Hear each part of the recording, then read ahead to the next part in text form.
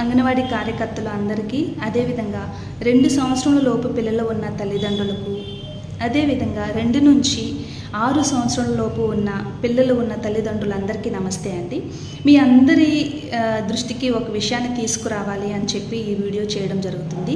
అదేంటంటే ఏప్రిల్ 9 నుంచి 23వ తారీఖు వరకు పోషణ పక్వాడా అనే కార్యక్రమాన్ని దేశవ్యాప్తంగా సెలబ్రేట్ చేయడం జరుగుతుంది.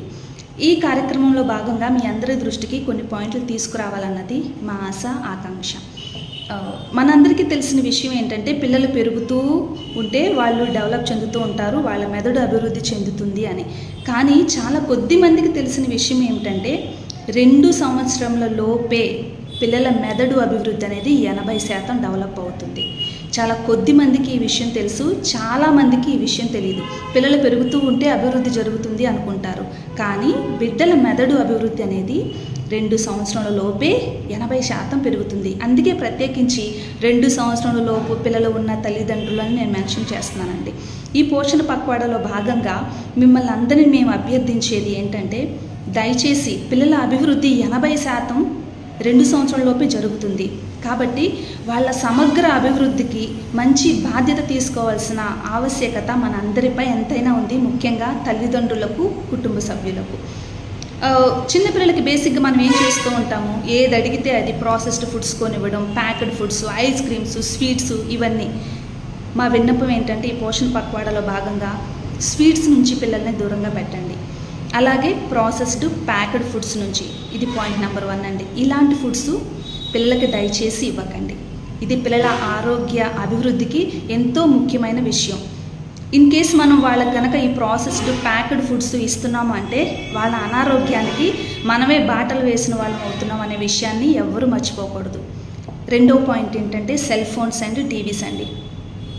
ఈ రోజులు ఎలా అయిపోయాయంటే, గతంలో పిల్లలకు భోజనం పెట్టాలంటే అమ్మ కానీ, అమ్మమ్మలు, నాయనమ్మలు బిడ్డను చంకనేసుకొని, అదిగోరా పక్షి, అదిగోరా కాకి, ఇదిగో పిచ్చుక, బాబాయ్ వస్తున్నాడు, అమ్మ వస్తుంది అని చెప్తూ భోజనం పెట్టే రోజులు పోయి, పిల్లలకు భోజనం పెట్టడానికి వాళ్ళ చేతుల్లో సెల్ ఫోన్లు పెట్టడం, లేదా టీవీ ఆన్ చేసి పిల్లలకు భోజనం పెట్టడం అన్నది ఎంత మారుమూల గ్రామాలకు వెళ్ళినా కూడా మా కంటికి కనిపిస్తున్న దృశ్యాలు ఇవి. కాబట్టి తల్లిదండ్రులందరికీ మా విజ్ఞప్తి ఏంటంటే, పిల్లల్ని స్క్రీన్ వైపు కాకుండా అనుబంధాలు, ఆటల వైపు, వాళ్ళకు భోజనం పెట్టేటప్పుడు కూడా కథలు చెప్తూ, చూపిస్తూ, చంకన వేసుకొని, ఏవైనా పరిసరాలు చూపిస్తూ భోజనాన్ని పెట్టండి తప్ప వాళ్ళకి ఫోన్లు, సెల్ ఫోన్లు, టీవీలు దయచేసి అలవాటు చేయొద్దని విన్నవించుకుంటున్నామండి. అంటే మన పరిస్థితి ఎంత దారుణంగా తయారైందంటే, ఈ సందర్భంగా మీ అందరికి ఒక విషయాన్ని చెప్పాలి. ఇది మీడియాలో కూడా వచ్చింది, మీ అందరికి కూడా తెలిసే ఉంటుంది. ఒక 10th క్లాస్ పిల్లాడు తల్లి సెల్ ఫోన్ ఇవ్వలేదని క్రికెట్ బ్యాట్తో తల మీద కొట్టి, తల్లి చనిపోయినా కూడా ఎటువంటి భావోద్వేగాలు లేకుండా ఆ పిల్లాడు వీడియో గేమ్ ఆడుకుంటున్నాడంట ట్యాబ్లో. అంటే ఆ పిల్లవాడికి ఫోను, టీవీలు అలవాటు చేసింది ఎవరు? కాబట్టి దయచేసి ప్రియమైన తల్లిదండ్రులందరికీ నా విజ్ఞప్తి ఏంటంటే, మన బిడ్డలకు సెల్ ఫోన్లు, టీవీలు కాకుండా అనుబంధాలు, ఆటల వైపు మళ్లించాలని మనస్ఫూర్తిగా కోరుకుంటున్నాను. అదేవిధంగా మన కుటుంబంలో ఉంటున్న అమ్మమ్మ, నానమ్మ, తాతయ్య, బాబాయ్ మీరందరూ కూడా బాధ్యత తీసుకోవాలి. పిల్లలకు కథలు చెప్తూ, అలాగే వాళ్ళ అనుభవాలు పంచుకుంటూ, పరిసరాలు చూపిస్తూ ఈ విధంగా బిడ్డలను పెంచాలి. ఈ పోషణ పక్వాడాలో భాగంగా అంగన్వాడీ కార్యకర్తలందరూ కూడా గుర్తుంచుకోవాల్సిన విషయం ఏంటంటే, ముఖ్యంగా పిల్లలకి ప్రాసెస్డ్ ఫుడ్స్ పెట్టొద్దనే విషయాన్ని ఫీల్డ్లో తెలియచేయాలి.